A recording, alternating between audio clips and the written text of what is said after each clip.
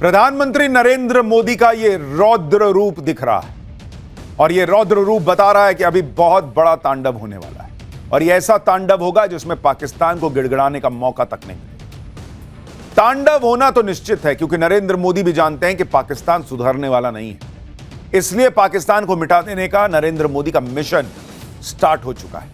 नरेंद्र मोदी क्या क्या नई तैयारियां कर रहे हैं, कैसे नई लड़ाई के लिए भारत को तैयार कर रहे हैं, कैसे पीओके वापस लाने का ग्राउंड बना चुके हैं, कैसे पाकिस्तान को सहारा देने वाली हर सप्लाई लाइन काटी जा रही है, यह सब आपको आज डिटेल में बताऊंगा। पहले आज पीएम मोदी के उस बयान को सुनिए जिसकी चर्चा भारत से लेकर पाकिस्तान तक में हो रही है। मोदी यहां सीना तान कर खड़ा है।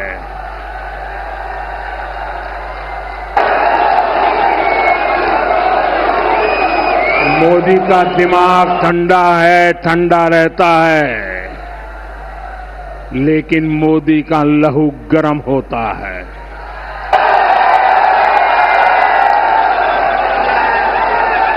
और अब तो मोदी की नसों में लहू नहीं, गरम सिंदूर बह रहा है।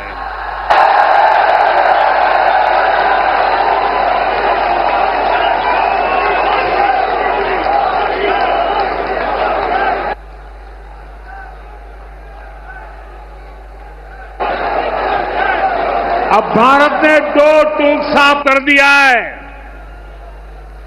हर आतंकी हमले की पाकिस्तान को भारी कीमत चुकानी पड़ेगी।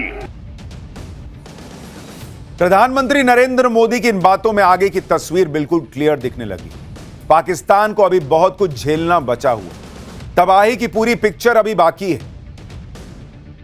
सोचिए, जो पाकिस्तान नरेंद्र मोदी का ट्रेलर झेल नहीं पाया, पूरी पिक्चर रिलीज होगी तो पाकिस्तान का हाल क्या? अभी तो पाकिस्तान की हालत यह है कि वहां के प्रधानमंत्री और वहां का आर्मी चीफ जो फील्ड मार्शल बन गया है, फील्ड में पिट कर फील्ड मार्शल बना है, वो सब अपने किसी एयरबेस जाने की हिम्मत नहीं दिखा पा रहे क्योंकि भारत ने ऐसा फोड़ा है कि पाकिस्तान अपने एयरबेस दिखाने लायक नहीं बचा पाया। जबकि भारत सीना चौड़ा करके अपने एयरबेस न सिर्फ दिखा रहा है बल्कि खुद भारत के प्रधानमंत्री नरेंद्र मोदी वहां जा रहे हैं। नरेंद्र मोदी पहले आदमपुर एयरबेस गए थे, आज नाल एयरबेस पहुंचे हुए थे। आज राजस्थान बॉर्डर पर जिस नाल एयरबेस में पीएम मोदी गए, वो नाल एयरबेस कितना इंपॉर्टेंट है आपको इसके बारे में पहले बताता हूं। नाल एयरबेस भारत की पश्चिमी सीमा की रक्षा का एक अहम केंद्र है। यह पश्चिमी सीमा पर सैन्य अभियानों के लिए बहुत जरूरी एयरबेस है। नाल एयरबेस पर सुखोई Su-30 MKI जैसे आधुनिक फ्रंटलाइन फाइटर जेट्स तैनात रहते हैं। नाल एयरबेस पर पायलट्स की ट्रेनिंग होती है, उनको तकनीकी प्रशिक्षण दिया जाता है। नाल एयरबेस के रेंज में पाकिस्तान के 6 प्रमुख शहर इस्लामाबाद, लाहौर, पेशावर, मुजफ्फराबाद, कराची और मुल्तान तक आते हैं। यह एयरबेस बीकानेर से मात्र 15 किलोमीटर दूर है, इंटरनेशनल बॉर्डर से महज 150 किलोमीटर दूर। ऑपरेशन सिंदूर के दौरान पाकिस्तान ने नाल एयरबेस पर भी हमले की कोशिश की, लेकिन भारत ने पाकिस्तान के हर हमले को नाकाम किया। आज पीएम मोदी ने नाल एयरबेस पहुंचकर पाकिस्तान को मैसेज दिया कि जिस एयरबेस पर वो हमला करने की कोशिश कर रहा था उसे तो कुछ नुकसान नहीं हुआ, लेकिन इस एयरबेस से कुछ ही दूरी पर पाकिस्तान का जो एयरबेस था वो आज आईसीयू में पहुंच गया है। सुनिए पीएम मोदी।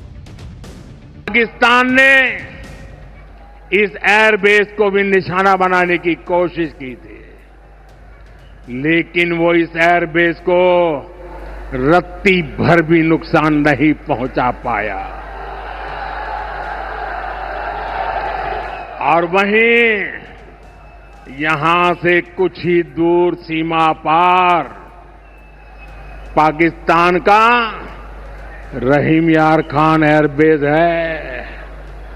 पता नहीं आगे कब खुलेगा।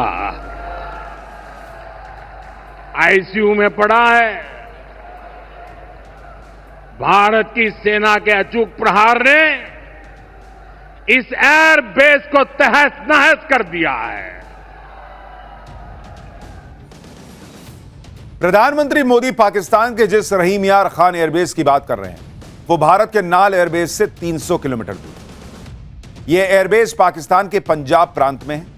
यहां भी इंडियन एयरफोर्स ने सक्सेसफुली अपना टारगेट हासिल किया था, जिसकी तस्वीरें आप स्क्रीन पर देख रहे हैं। भारत ने रहीम यार खान एयरबेस को तगड़ा नुकसान पहुंचाया। भारत के हमले से वहां एक बड़ा क्रेटर यानी गड्ढा बन गया था। आज खुद सेना ने अपनी प्रेस कॉन्फ्रेंस में रहीम यार खान एयरबेस की बर्बादी का जो वीडियो दिखाया था, आपको फिर से दिखाता हूं। And this is the aftermath of our strike at Rahim Yar Khan Air Base. You can see the massive crater that it has left on its runway. And you can see the pinpoint accuracy of our weapons.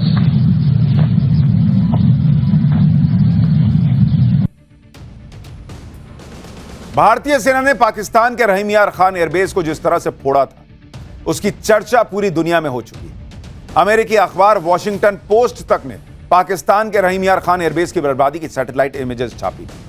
In satellite तस्वीरों के आधार पर Washington post ने लिखा था कि पाकिस्तान के 3 hanger, runway और 2 mobile इमारतों को नुकसान हुआ है। भारत के जबरदस्त अटैक के बाद पाकिस्तान का एक नहीं 11 एयरबेस आईसीयू में पड़े और इनमें कई एयरबेस अभी हफ्तों तक इस्तेमाल के लायक ही नहीं है, क्योंकि भारत ने इन एयरबेसेस में ऐसी तबाही मचाई कि एयरबेस की मरम्मत में ही हफ्तों लग जाएंगे। पाकिस्तानी सेना की हालत क्या है, उसे आप इससे भी समझिए कि एक रिपोर्ट के मुताबिक पाकिस्तान ने रहीम यार खान एयरबेस के बंद होने की तारीख 6 जून तक बढ़ा दी। भारत ने 10 मई को इस एयरबेस पर हमला किया।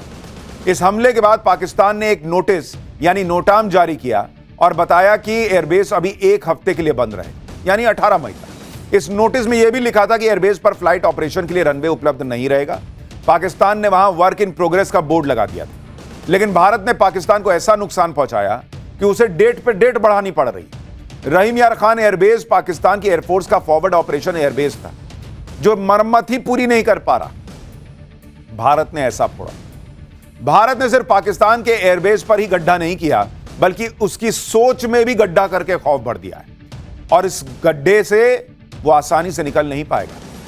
पाकिस्तान के खिलाफ भारतीय सेना के ऑपरेशन सिंदूर की सफलता यही है कि इसने पूरे देश को जोश में भर दिया।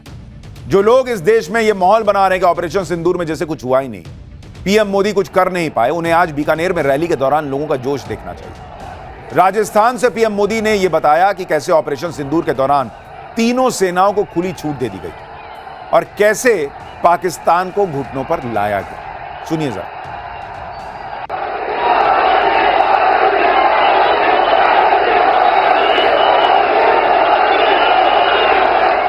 आज आपके आशीर्वाद से, देश की सेना के शौर्य से हम सब उस प्रण पर खरे उतरे हैं। हमारी सरकार ने तीनों सेनाओं को खुली छूट दे दी थी।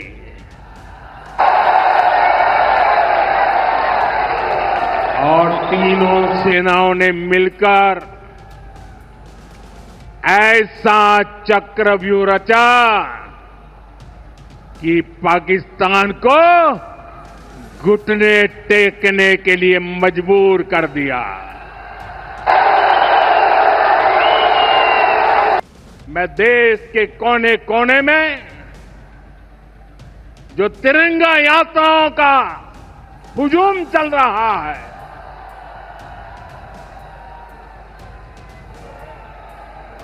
मैं देशवासियों से कहता हूं,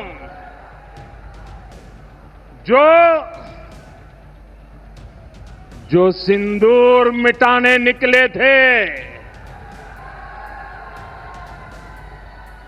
जो सिंदूर मिटाने निकले थे, उन्हें मिट्टी में मिलाया है।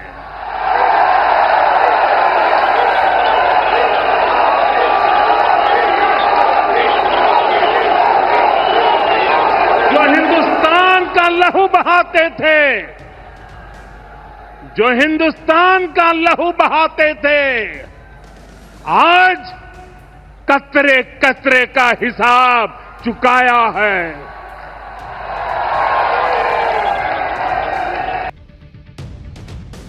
प्रधानमंत्री के चेहरे पर गुस्सा दिख रहा था। वो मानो बॉर्डर के पास खड़े होकर पाकिस्तान को चेतावनी दे रहे थे कि अभी और मारेंगे, पीओके लेकर रहेंगे।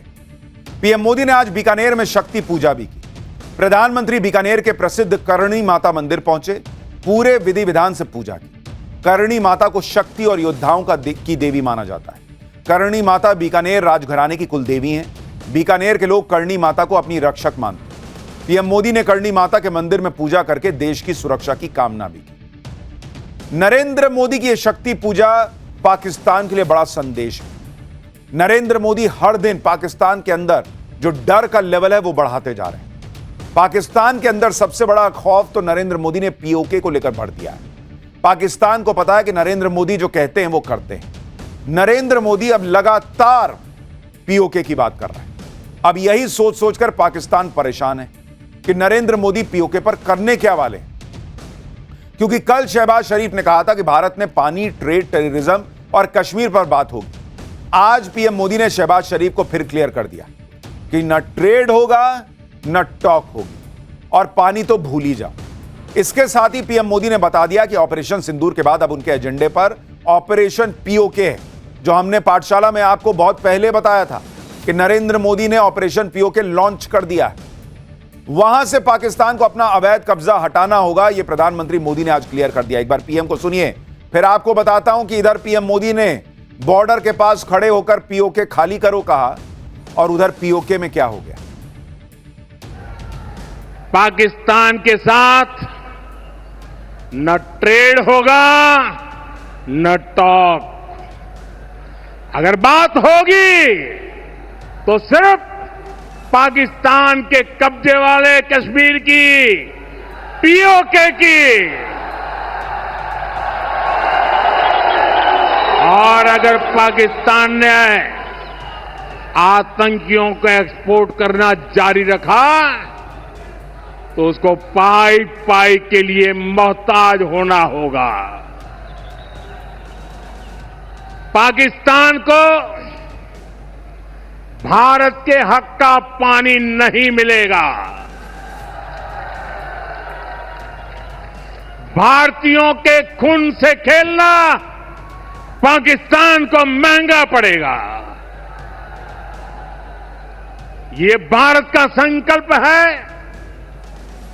और दुनिया की कोई ताकत हमें इस संकल्प से टिका नहीं सकती है। यानी प्रधानमंत्री नरेंद्र मोदी ने क्लियर कर दिया कि पाकिस्तान को पीओके खाली करना होगा, आतंकवाद का रास्ता छोड़ना होगा। और उन्होंने यह भी क्लियर कर दिया कि तुम दौड़े दौड़े अब किसी के पास मत जाना कि मोदी को समझाइए, भारत को रोकिए, इससे कोई फायदा नहीं होना है। ना अभी हुआ था ना तब होगा, भारत छोड़ेगा नहीं। इधर पीएम मोदी ने पीओके की बात की, उधर पाकिस्तान में पीओके को लेकर हड़कंप मच गया है। बड़ी खबर पीओके से आ रही है। पीएम मोदी के मिशन पीओके से शहबाज शरीफ खौफ में आ गए। मोदी के डर से शहबाज शरीफ भागा भागा पीओके पहुंचा है। भाई, कंगाल पाकिस्तान का पीओके को आर्थिक पैकेज देने का दिखावा। शहबाज शरीफ ने पीओके पहुंचकर करोड़ों रुपए की राहत योजना का ऐलान किया है। यानी जो पाकिस्तान खुद दुनिया से भीख मांग रहा है, जो शहबाज शरीफ कभी पीओके नहीं गया, वो शहबाज शरीफ इधर नरेंद्र मोदी ने बॉर्डर के पास खड़े होकर पीओके बोला और वो दौड़ा दौड़ा पीओके पहुंचा है पाकिस्तान का प्रधानमंत्री, और वो पीओके को कह रहा है कि हम आपको राहत पैकेज देंगे। हालांकि ये सवाल उठ रहा है कि कंगाल पाकिस्तान आर्थिक पैकेज देगा कहां से। सूत्रों का दावा तो यह भी कि जो थोड़ा बहुत पैसा पाकिस्तान देगा भी वो पीओके में तबाह हुए आतंकी कैंप को दोबारा खड़ा करने के लिए देगा। लेकिन शहबाज शरीफ का दौड़े दौड़े पीओके जाना यह अपने आप में मैसेज है कि उनको भी समझ में आ गया है कि नरेंद्र मोदी बार बार पीओके खाली करने को कह रहे हैं। यानी आने वाले समय में मिशन पीओके फुल्ली एक्टिवेटेड दिखेगा। पीओके को लेकर पाकिस्तान इसलिए भी डरा है क्योंकि पीओके के लिए नरेंद्र मोदी नेक्स्ट लेवल की प्लानिंग कर रहे हैं। S-400 और ब्रह्मोस का जलवा तो पाकिस्तान देख चुका, अब इससे भी भयंकर हथियार अगली लड़ाई के लिए रेडी हो रहे हैं। भारत का ऑपरेशन सिंदूर अब ऐसा बारूद बन चुका है जो पाकिस्तान को बर्बाद करके छोड़ेगा। सुनिए आज पीएम मोदी ने पाकिस्तान को क्या कहा, फिर भारत के वो नए हथियार दिखाता हूं जो ब्रह्मोस से भी एक लेवल ऊपर के होंगे और पाकिस्तान की टेंशन बढ़ा देंगे। 22 तारीख के हमले के जवाब में हमने 22 मिनट में आतंकियों के 9 सबसे बड़े ठिकाने तबाह कर दिए। दुनिया ने और देश के दुश्मनों ने भी देख लिया कि जब सिंदूर बारूद बन जाता है तो नतीजा क्या होता है।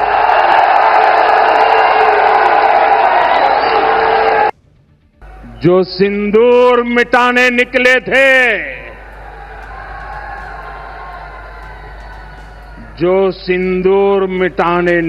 थे, उन्हें मिट्टी में मिलाया है।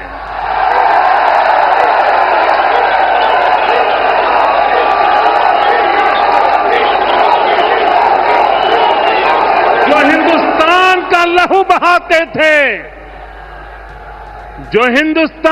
लहू बहाते थे, आज कतरे कतरे का हिसाब चुकाया है। पाकिस्तान के हथियारों को तो भारत ने मलबे का ढेर बना दिया। चीन से जो फाइटर प्लेन और मिसाइलें पाकिस्तान ने भीख में ली थी, उन्हें कबाड़ बना दिया। टर्की से पाकिस्तान ने खैरात में जो ड्रोन पाए थे, उन ड्रोन को धुआं कर दिया। और अभी तो भारत ने अपनी ताकत का सिर्फ ट्रेलर पाकिस्तान को दिखाया। नरेंद्र मोदी तो अगली बार के लिए भयंकर हथियार लेकर आने वाले हैं। जिस ब्रह्मोस के खौफ में पाकिस्तान अब तक है, उस ब्रह्मोस से भी खतरनाक मिसाइल आने जा रही है। खबर है कि डीआरडीओ एक ऐसी मिसाइल बना चुका है जो पूरी तरह स्वदेशी है, जो ब्रह्मोस मिसाइल की जगह ले सकती है। यह मिसाइल ब्रह्मोस से सस्ती है और यह तेजी से दिशा बदल सकती है, तेजी से ऊंचाई कम या ज्यादा कर सकती है। अपनी हर जगह इस्तेमाल की जा सकने वाली मिसाइल है। समुद्र या सतह से बेहद कम ऊंचाई पर उड़ने में सक्षम है। कम ऊंचाई की वजह से यह रडार की पकड़ में आना मुश्किल है इसका, साथ ही इस पर हमला करना मुश्किल होगा। अभी तक की जानकारी के मुताबिक इस मिसाइल की स्पीड ब्रह्मोस की तरह ही 3062 किलोमीटर प्रति घंटे की होगी। यह नई मिसाइल नए जनरेशन की मिसाइल होगी जो ज्यादा सस्ती होगी और कम समय में बनाई जा सकेगी। पाकिस्तान के लिए इससे भी एक और बुरी खबर है, और वो ये कि भारत ब्रह्मोस का और ताकतवर वर्जन भी बना रहा है। भारत ज्यादा लंबी दूरी की ब्रह्मोस मिसाइल बना रहा है। इसके 1 साल में तैयार होने की संभावना है। इसका नाम ब्रह्मोस NG यानी नेक्स्ट जनरेशन है। इसकी रेंज 450 किलोमीटर से बढ़ाकर 800 किलोमीटर की जा रही है। यह अभी के ब्रह्मोस से ज्यादा कॉम्पैक्ट और स्लीक होगा। इसका वजन अभी के ब्रह्मोस से आधा होगा, यानी अब भारतीय एयरक्राफ्ट दोगुनी संख्या में ब्रह्मोस लेकर उड़ेंगे। नई ब्रह्मोस मिसाइल इतनी हल्की होगी कि इसे लाइट कॉम्बैट एयरक्राफ्ट जैसे तेजस में भी इस्तेमाल किया जा सकता है। आप सोचिए, जब ब्रह्मोस के मौजूदा वर्जन ने पाकिस्तान के एयरबेस तबाह कर दिए, तो भाई जब इसकी पावर डबल हो जाएगी तो पाकिस्तान का क्या हाल हो। इतना ही नहीं, जिन कामिकेज ड्रोन से भारत ने पाकिस्तान के डिफेंस का सीना छलनी कर दिया था, भारत अब उसका भी एडवांस वर्जन बना रहा है। भारत का पहला कामिकेज ड्रोन स्विफ्ट के डीआरडीओ के लैब में बन रहा है। इसकी रफ्तार 735 किलोमीटर प्रति घंटे की होगी। इसमें स्टील्थ तकनीक का इस्तेमाल होगा, यानी यह आसानी से रडार के पकड़ में नहीं आएगा। स्विफ्ट के एक ऐसा ड्रोन है जो दुश्मन के ठिकाने पर जाकर खुद ही फट जाता है और टारगेट को भी अपनी चपेट में ले लेता है। इस ड्रोन की रेंज 200 किलोमीटर है।